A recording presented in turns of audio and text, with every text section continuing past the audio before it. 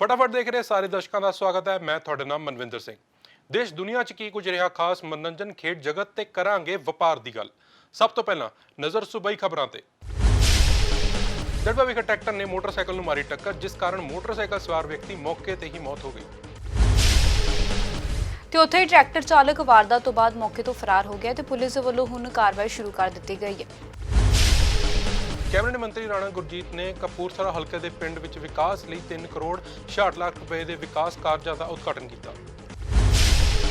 ਇਸ ਮੌਕੇ ਰਾਣਾ ਗੁਰਜੀਤ ਨੇ ਕਿਹਾ ਕਿ ਇਹਨਾਂ ਕਾਰਜਾਂ ਦੇ ਨਾਲ ਲੋਕਾਂ ਦੇ ਜੀਵਨ ਦੇ ਵਿੱਚ ਸੁਧਾਰ ਹੋਵੇਗਾ। फतेहगढ़ साहिब विखे 11वां खूनदान कैंप लगाया गया। इस मौके नौजवानों वालों वड्डी गिनती विच खूनदान किया गया। ਇਸ ਕੈਂਪ ਦੇ ਵਿੱਚ ਚੰਡੀਗੜ੍ਹ ਪੀਜੀਆਈ ਤੇ 32 ਹਸਪਤਾਲ ਦੇ ਮਾਹਰ ਡਾਕਟਰਾਂ ਦੀ ਟੀਮ ਦੇ ਵੱਲੋਂ 400 ਯੂਨਿਟ ਇਕੱਤਰਿਤ ਕੀਤੇ ਗਏ ਨੇ। पंजाब कांग्रेस पार्टी के काटक कलेश ਦੀਆਂ ਤਾਜ਼ਾ ਤਸਵੀਰਾਂ ਉਸ ਵੇਲੇ ਸਾਹਮਣੇ ਆਈਆਂ ਜਦੋਂ ਕਾਂਗਰਸ ਦੇ ਸਾਬਕਾ ਗੁਰਮੀਤ ਰਾਣਾ ਸੋਢੀ ਨੇ ਕਾਂਗਰਸ ਨੂੰ ਅਲਵਿਦਾ ਆਖ ਕੇ ਭਾਜਪਾ ਦਾ ਪੱਲਾ ਫੜ ਲਿਆ। ਦਿੱਲੀ ਵਿਖੇ ਭਾਜਪਾ ਦੇ ਕੌਮੀ ਦਫ਼ਤਰ ਦੇ ਵਿੱਚ ਸੀਨੀਅਰ ਭਾਜਪਾ ਆਗੂਆਂ ਦੀ ਮੌਜੂਦਗੀ ਦੇ ਵਿੱਚ ਰਾਣਾ ਸੋਢੀ ਦੇ ਵੱਲੋਂ ਭਾਜਪਾ ਦਾ ਪੱਲਾ ਫੜਿਆ ਗਿਆ। ਜ਼ਿਕਰਯੋਗ ਹੈ ਕਿ ਰਾਣਾ ਸੋਢੀ ਨੇ ਕੈਪਟਨ ਦੇ ਕਰੀਬੀ ਮੰਨੇ ਜਾਂਦੇ ਹਨ ਅਤੇ ਕੈਪਟਨ ਦੇ ਮੁੱਖ ਮੰਤਰੀ ਦੀ ਕੁਰਸੀ ਤੋਂ ਹਟਾਉਣ ਤੋਂ ਬਾਅਦ ਰਾਣਾ ਸੋਢੀ ਕਾਂਗਰਸ ਨਾਲ ਨਾਰਾਜ਼ ਚੱਲ ਰਹੇ ਸੀ ਤੇ ਲਗਾਤਾਰ ਉਹਨਾਂ ਦੀਆਂ ਨਾਰਾਜ਼ਗੀ ਦੀਆਂ ਗੱਲਾਂ ਵੀ ਸਾਹਮਣੇ ਆ ਰਹੀਆਂ ਸਨ। ਰਾਣਾ ਸੋਢੀ ਨੇ ਆਪਣੇ ਕਾਂਗਰਸ ਤੋਂ ਆਪਣੇ ਅਸਤੀਫੇ ਦੀ ਕਾਪੀ ਸੋਸ਼ਲ ਮੀਡੀਆ ਤੇ ਵੀ ਸਾਂਝੀ ਕੀਤੀ ਹੈ। ਤੇ ਸੂਬਾ ਸਰਕਾਰ ਨੇ ਬੀਤੀ ਰਾਤ ਅਕਾਲੀ ਆਗੂ ਤੇ ਸਾਬਕਾ ਕੈਬਨਿਟ ਮੰਤਰੀ ਵਿਕਰਮ ਸਿੰਘ ਮਜੀਠੀਆ ਦੇ ਖਿਲਾਫ ਐਨਡੀਪੀਐਸ ਐਕਟ ਦੇ ਤਹਿਤ ਮਾਮਲਾ ਦਰਜ ਕੀਤਾ। ਮਜੀਠੀਆ ਖਿਲਾਫ ਧਾਰਾ 25, 26A ਤੇ 29A ਦੇ ਤਹਿਤ ਕੇਸ ਦਰਜ ਕੀਤਾ ਗਿਆ। ਤੇ ਸਭ ਤੋਂ ਬਾਅਦ ਅਕਾਲੀ ਆਗੂਆਂ ਦੇ ਪ੍ਰਤੀਕਰਮ ਵੀ ਆਉਣੇ ਸ਼ੁਰੂ ਹੋ ਗਏ ਨੇ।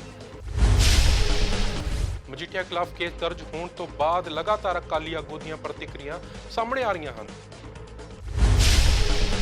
ਇਸ ਮੌਕੇ ਬੀਬੀ ਜਗੀਰ ਕੌਰ ਨੇ ਸਖਤ ਸ਼ਬਦਾਂ ਦੇ ਵਿੱਚ ਇਸ ਦੀ ਨਿੰਦਾ ਕੀਤੀ ਹੈ ਤੇ ਉਹਨਾਂ ਕਿਹਾ ਕਿ ਸਰਕਾਰ ਬਦਲਾਖੋਰੀ ਦੀ ਨੀਤੀ ਦੇ ਨਾਲ ਇਹ ਸਭ ਕੁਝ ਕਰ ਰਹੀ ਹੈ। ਇਸ ਮੌਕੇ ਸ਼੍ਰੋਮਣੀ ਅਕਾਲੀ ਦਲ ਦੇ ਪ੍ਰਧਾਨ ਸੁਖਬੀਰ ਸਿੰਘ ਬਾਦਲ ਨੇ ਕਿਹਾ ਕਿ ਅਕਾਲੀ ਦਲ ਤੇ ਕਾਰਵਾਈ ਕਰਵਾਉਣ ਲਈ ਲਗਾਤਾਰ ਅਫਸਰਾਂ ਨੂੰ ਬਦਲਿਆ ਜਾ ਰਿਹਾ ਸੀ ਅਤੇ ਹੁਣ ਸਾਜ਼ਿਸ਼ ਤਹਿਤ ਕੇਸ ਦਰਜ ਕੀਤਾ ਗਿਆ।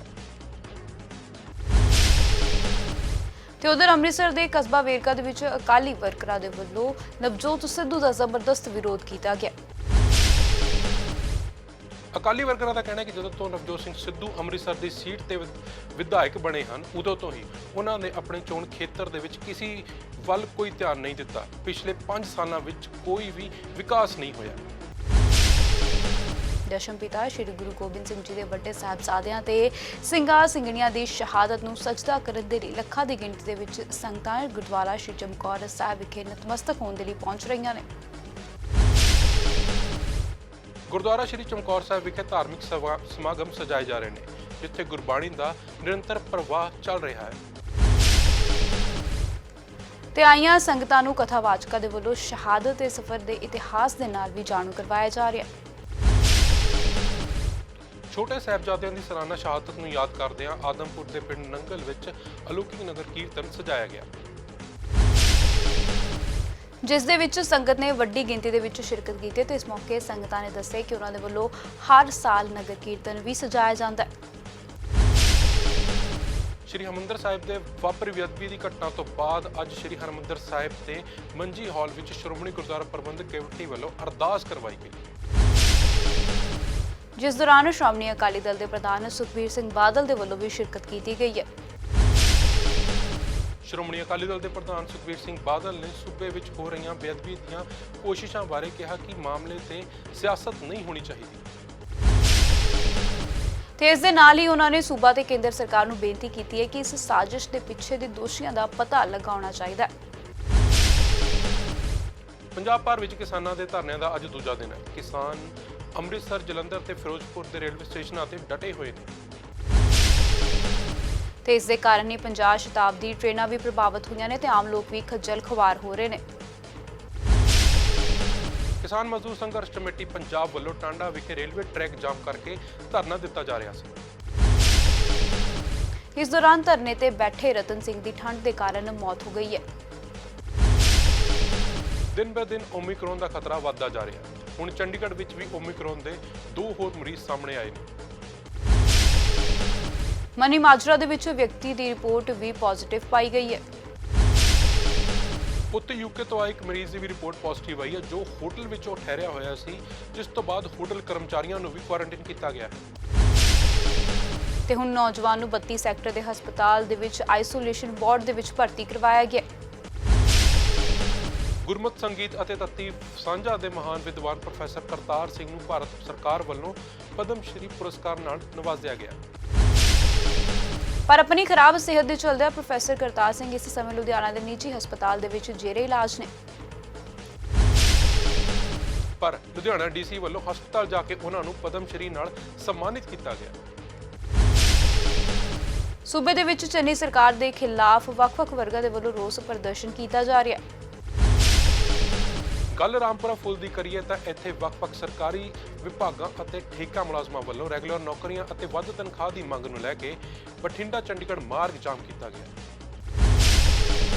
ਉੱਥੇ ਸ਼੍ਰੀ ਚਮਕੌਰ ਸਾਹਿਬ ਵਿਖੇ ਆਂਗਨਵਾੜੀ ਵਰਕਰਾਂ ਦੇ ਵੱਲੋਂ ਐਸਐਸਪੀ ਮੁਕਤਸਰ ਤੇ ਦੁਰਵਿਹਾਰ ਕਰਨ ਦੇ ਦੋਸ਼ ਲਗਾਏ ਗਏ ਨੇ। ਵਰਕਰਾਂ ਦਾ ਕਹਿਣਾ ਸੀ ਕਿ ਐਸਐਸਪੀ ਵੱਲੋਂ ਉਹਨਾਂ ਨੂੰ ਮੁੱਖ ਮੰਤਰੀ ਨਾਲ ਮਿਲਣ ਨਹੀਂ ਦਿੱਤਾ ਗਿਆ। ਤੇ ਉਧਰ ਖੰਨਾ ਵਿਖੇ ਯੂਰੀਆ ਦੀ ਘਾਟ ਨੂੰ ਲੈ ਕੇ ਬੀਕੇਯੂ ਕਾਦੀਆਂ ਦੇ ਵੱਲੋਂ ਪ੍ਰਦਰਸ਼ਨ ਕੀਤਾ ਗਿਆ। ਮੌਕੇ ਤੇ ਪਹੁੰਚੇ ਤਹਿਸੀਲਦਾਰ ਅਤੇ ਮਾਰਕਫੈਡ ਦੇ ਅਧਿਕਾਰੀਆਂ ਨੇ ਕਿਸਾਨਾਂ ਨੂੰ ਮੁਸ਼ਕਿਲ ਦੇ ਹੱਲ ਦਾ ਭਰੋਸਾ ਦੇ ਕੇ ਧਰਨਾ ਸ਼ਾਂਤ ਕਰਵਾਇਆ। ਸੂਬੇ ਦੇ ਵਿੱਚ ਆਪਣੀਆਂ ਮੰਗਾਂ ਨੂੰ ਲੈ ਕੇ ਨਰਸਿੰਗ ਸਟਾਫ ਦੇ ਵੱਲੋਂ ਵੀ ਧਰਨੇ ਪ੍ਰਦਰਸ਼ਨ ਕੀਤੇ ਜਾ ਰਹੇ ਨੇ। ਇਸ ਤਹਿਤ ਫਰੀਦਕੋਟ ਵਿੱਚ ਵੀ ਨਰਸਿੰਗ ਸਟਾਫ ਦੇ ਸਥਾਨਿਕ ਵਿਧਾਇਕ ਕੁਸ਼ਲਦੀਪ ਸਿੰਘ ਢਿੱਲੋਂ ਦੀ ਰਿਹਾਇਸ਼ ਦਾ ਘਿਰਾਓ ਕਰਕੇ ਪ੍ਰਦਰਸ਼ਨ ਕੀਤਾ।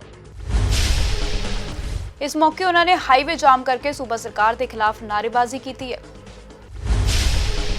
ਫਰੀਦਕੋਟ ਦੀ ਕੇਂਦਰੀ ਮਾਡਲ ਜੇਲ੍ਹ ਇੱਕ ਵਾਰ ਫਿਰ ਸਵਾਲਾਂ ਦੇ ਘੇਰੇ 'ਚ ਹੈ। ਜੇਲ੍ਹ 'ਚੋਂ ਮੋਬਾਈਲ ਫੋਨ ਬਰਾਮਦ ਹੋਣ ਦਾ ਸਿਲਸਿਲਾ ਲਗਾਤਾਰ ਜਾਰੀ ਹੈ। ਪੁਲਿਸ ਦੇ ਵੱਲੋਂ 9 ਹਵਾਲਾਤੀਆਂ ਤੋਂ 12 ਮੋਬਾਈਲ ਫੋਨ, 11 ਸਿਮ ਤੇ ਚਾਰਜਰ ਵੀ ਬਰਾਮਦ ਕੀਤੇ ਗਏ ਨੇ। ਪਾਕਿਸਤਾਨ ਆਪਣੀ ਹਰਕਤਾਂ ਤੋਂ ਬਾਜ਼ ਨਹੀਂ ਆ ਰਿਹਾ। ਲਗਾਤਾਰ ਪਾਕਿਸਤਾਨ ਭਾਰਤ ਸਰਹੱਦ ਤੇ ਘੁਸਪੈਠ ਦੀਆਂ ਖਬਰਾਂ ਸਾਹਮਣੇ ਆ ਰਹੀਆਂ ਨੇ। ਤਾਜ਼ਾ ਮਾਮਲੇ ਦੀ ਗੱਲ ਕੀਤੀ ਜਾਵੇ ਤਾਂ ਗੁਰਦਾਸਪੁਰ ਦੇ ਵਿੱਚ ਬੀਐਸਐਫ ਦੇ ਵੱਲੋਂ ਵੱਡੀ ਕਾਰਵਾਈ ਕੀਤੀ ਗਈ ਹੈ। ਬਸੰਤ ਨਾਲੇ ਨੇੜੇ ਕੰਡਲੀ ਤਾਰ ਦੇ ਪਾਰ ਕਰਦੇ ਸਮੇਂ ਇੱਕ ਪਾਕਿਸਤਾਨੀ ਘੁਸਪੈਠੀਏ ਨੂੰ ਢੇਰ ਕੀਤਾ ਗਿਆ। ਇਸ ਤੋਂ ਇਲਾਵਾ ਦੇਰ ਰਾਤ ਪਾਕਿਸਤਾਨੀ ਡਰੋਨ ਦੀ ਹਲਚਲ ਵੀ ਦੇਖੀ ਗਈ ਹੈ। ਸ਼੍ਰੀ ਫਤਿਹਗੜ੍ਹ ਸਾਹਿਬ ਵਿਖੇ ਹੋਣ ਵਾਲੇ ਸਾਲਾਨਾ ਸ਼ਹੀਦੀ ਜੋੜ ਮੇਲੇ ਨੂੰ ਲੈ ਕੇ ਸ਼੍ਰੋਮਣੀ ਅਕਾਲੀ ਦਲ ਦੇ ਸਾਬਕਾ ਆਗੂਆਂ ਨੇ ਵਰਕਰਾਂ ਨਾਲ ਮੀਟਿੰਗ ਕੀਤੀ ਗਈ, ਜਿਸ ਦੇ ਵਿੱਚ ਉਹਨਾਂ ਦੇ ਵੱਲੋਂ ਸ਼ਲਾਘਾਯੋਗ ਫੈਸਲਾ ਲਿਆ ਗਿਆ ਕਿ ਇਸ ਵਾਰ ਇਹਨਾਂ ਦਿਨਾਂ ਦੇ ਵਿੱਚ ਅਕਾਲੀ ਦਲ ਦੇ ਵੱਲੋਂ ਸਿਆਸੀ ਕਾਨਫਰੰਸ ਨਹੀਂ ਕੀਤੀ ਜਾਵੇਗੀ। ਇਸ ਮੌਕੇ ਉਹਨਾਂ ਕਿਹਾ ਕਿ ਅਕਾਲੀ ਵਰਕਰ ਗੁਰਦੁਆਰਾ ਕਮੇਟੀ ਵੱਲੋਂ ਉਲੀਕੇ ਗਏ ਪ੍ਰੋਗਰਾਮਾਂ ਵਿੱਚ ਵੱਧ ਚੜ੍ਹ ਕੇ ਹਿੱਸਾ ਲੈਣਗੇ। ਮੁੱਖ ਮੰਤਰੀ ਚਰਨਜੀਤ ਸਿੰਘ ਚੰਨੀ ਦੇ ਸ਼ਹਿਰ ਖਰੜ ਵਿਖੇ ਇਸ ਵੇਲੇ ਧਰਨੇ ਪ੍ਰਦਰਸ਼ਨ ਲੱਗੇ ਹੋਏ ਨੇ। ਸ਼ਹਿਰ ਵਿੱਚ ਵੱਖ-ਵੱਖ ਥਾਂ ਤੇ ਧਰਨੇ ਪ੍ਰਦਰਸ਼ਨ ਕੀਤੇ ਜਾ ਰਹੇ ਨੇ। ਹਾਈਵੇ ਤੇ ਜਾਮ ਲਾਏ ਗਏ ਨੇ, ਜਿਸ ਦੇ ਵਿੱਚ ਕਿ ਆਂਗਨਵਾੜੀ ਵਰਕਰਾਂ ਦੇ ਵੱਲੋਂ ਵੀ ਹਾਈਵੇ ਨੂੰ ਜਾਮ ਕਰਕੇ ਪ੍ਰਦਰਸ਼ਨ ਕੀਤੇ ਜਾ ਰਹੇ ਨੇ। ਇਸ ਤੋਂ ਇਲਾਵਾ ਕੱਚੇ ਅਧਿਕਾਰੀ ਯੂਨੀਅਨ ਦੇ ਖਰੜ ਚੌਂਕ ਤੇ ਪੱਕਾ ਮੋਰਚਾ ਲਾ ਦਿੱਤਾ ਹੈ। ਇੰਨਾ ਹੀ ਨਹੀਂ, ਮਲਟੀਪਰਪਜ਼ ਹੈਲਥ ਯੂਨੀਅਨ ਦੇ ਵੱਲੋਂ ਵੀ ਮੁੱਖ ਮੰਤਰੀ ਦੇ ਖਿਲਾਫ ਰੋਸ ਪ੍ਰਦਰਸ਼ਨ ਕੀਤੇ ਜਾ ਰਹੇ ਨੇ।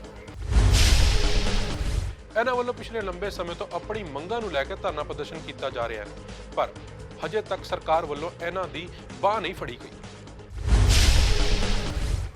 ਸੂਬੇ ਦੇ ਵਿੱਚ ਮੁੱਖ ਮੰਤਰੀ ਬਦਲਣ ਤੋਂ ਪਹਿਲਾਂ ਸਾਰੇ ਧਰਨਿਆਂ ਦਾ ਮੁੱਖ ਕੇਂਦਰ ਪਟਿਆਲਾ ਦਾ ਫਹਾਰਾ ਚੌਕ ਹੁੰਦਾ ਸੀ, ਪਰ ਸੱਤਾ ਬਦਲਣ ਤੋਂ ਬਾਅਦ ਹੁਣ ਇਹ ਜਿਹੜਾ ਰੁਖ ਹੈ ਖਰੜ ਦੇ ਵੱਲ ਨੂੰ ਮੁੜ ਗਿਆ।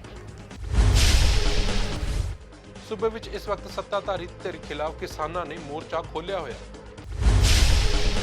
ਜਿਸ ਦੇ ਵਿੱਚ ਡੀਸੀ ਦਫ਼ਤਰਾਂ ਦਾ ਘਿਰਾਓ ਵੀ ਕੀਤਾ ਜਾ ਰਿਹਾ, ਜਿਸ ਕਾਰਨ ਕਈ ਟ੍ਰੇਨਾਂ ਨੂੰ ਰੱਦ ਕਰ ਦਿੱਤਾ ਗਿਆ ਅਤੇ ਕਈਆਂ ਦੇ ਰੂਟ ਵੀ ਬਦਲ ਦਿੱਤੇ ਗਏ ਨੇ।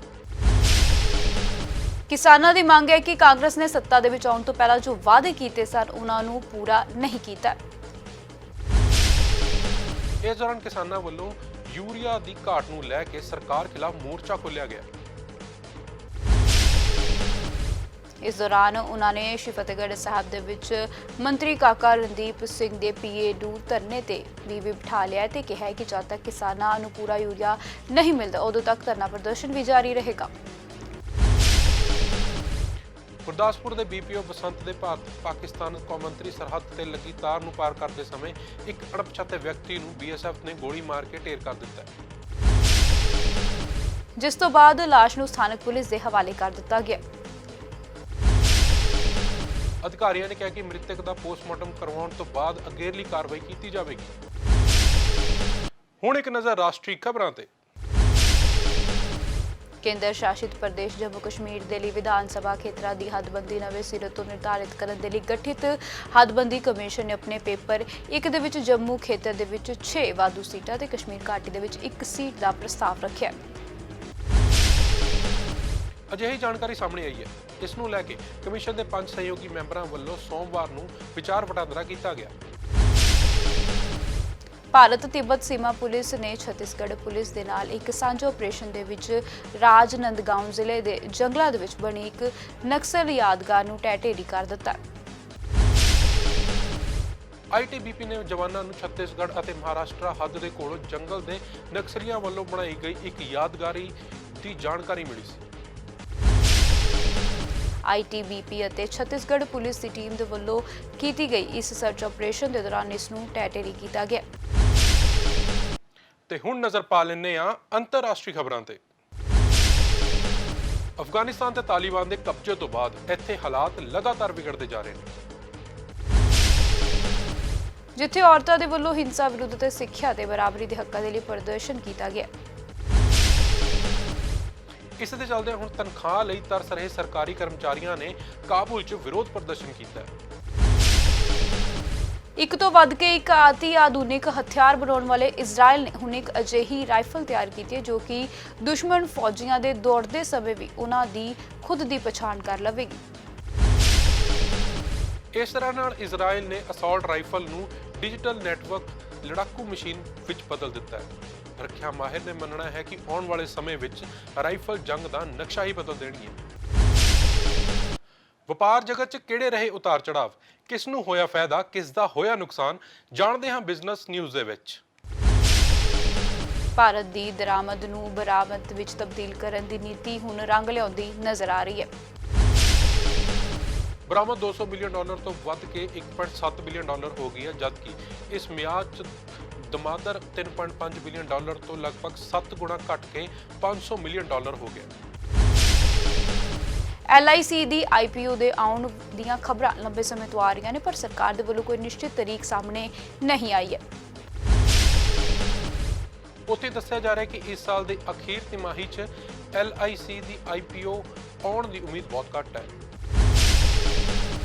ਹਾਲਾਂਕਿ ਜਦੋਂ ਸਰਕਾਰ ਨੂੰ ਇਸ ਬਾਰੇ ਪਤਾ ਲੱਗਾ ਤਾਂ ਸਰਕਾਰੀ ਮਾਲਕੀ ਵਾਲੀਆਂ ਕੰਪਨੀਆਂ ਦੇ ਵਿੱਚ ਸਰਕਾਰ ਦੀ ਹਿੱਸੇਦਾਰੀ ਦੀ ਦੇਖਭਾਲ ਕਰਨ ਵਾਲੇ ਵਿਭਾਗ ਦੀਪਮ ਨੇ ਅੱਗੇ ਆ ਕੇ ਇਸ ਬਾਰੇ ਸਪਸ਼ਟੀਕਰਨ ਵੀ ਦਿੱਤਾ। ਤੇ ਹੁਣ ਇੱਕ ਨਜ਼ਰ ਬਾਲੀਵੁੱਡ ਗੱਪਸ਼ਪ ਦੇ ਵੱਲ।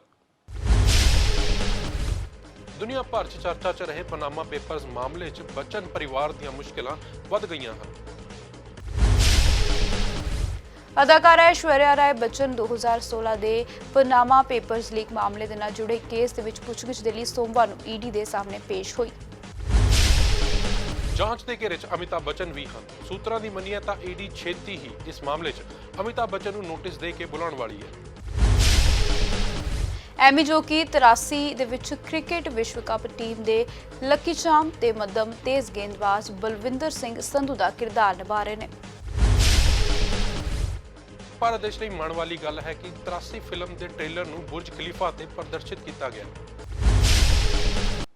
ਤੇ ਹੁਣ ਰੁਕ ਕਰ ਲੈਂਦੇ ਆ ਖੇਡ ਦੇ ਮੈਦਾਨ ਵੱਲ। ਭਾਰਤ ਦੀ 2 ਵਾਰ ਦੀ 올림픽 ਤਗਮਾ ਜੇਤੂ PV ਸਿੰਧੂ ਸੋਮਵਾਰ ਨੂੰ ਫਿਰ ਤੋਂ BWF ਐਥਲੀਟ ਕਮਿਸ਼ਨ 2021-25 ਦੀ ਮੈਂਬਰ ਚੁਣੀ ਗਈ। ਸਾਬਕਾ ਵਿਸ਼ਵ ਚੈਂਪੀਅਨ ਉਹ 6 ਖਿਡਾਰੀ ਵਿੱਚੋਂ ਇੱਕ ਹੈ ਜੋ 2025 ਤੱਕ ਮੈਂਬਰ ਦੇ ਰੂਪ ਵਿੱਚ ਕੰਮ ਕਰਨਗੇ। ਸਿੰਧੂ ਪਹਿਲੀ ਵਾਰ 2017 ਦੇ ਵਿੱਚ ਐਥਲੀਟ ਕਮਿਸ਼ਨ ਦੀ ਮੈਂਬਰ ਚੁਣੀ ਗਈ ਸੀ।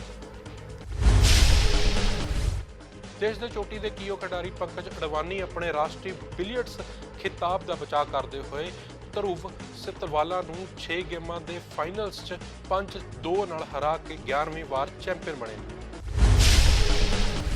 ਸੋਮਵਾਰ ਨੂੰ ਦੇਰ ਸ਼ਾਮ ਸਿਤਵਾਲਾ ਦੇ 64 ਤੇ 42 ਦੇ ਸਕੋਰ ਦੇ ਬਾਅਦ ਆਡਵਾਨੀ ਨੇ 56 ਤੇ 46 ਦੇ ਸਕੋਰ ਦੇ ਨਾਲ ਸ਼ੁਰੂਆਤੀ 2 ਗੇਮ ਦੇ ਬਾਅਦ ਸਕੋਰ 1-1 ਕਰ ਦਿੱਤਾ।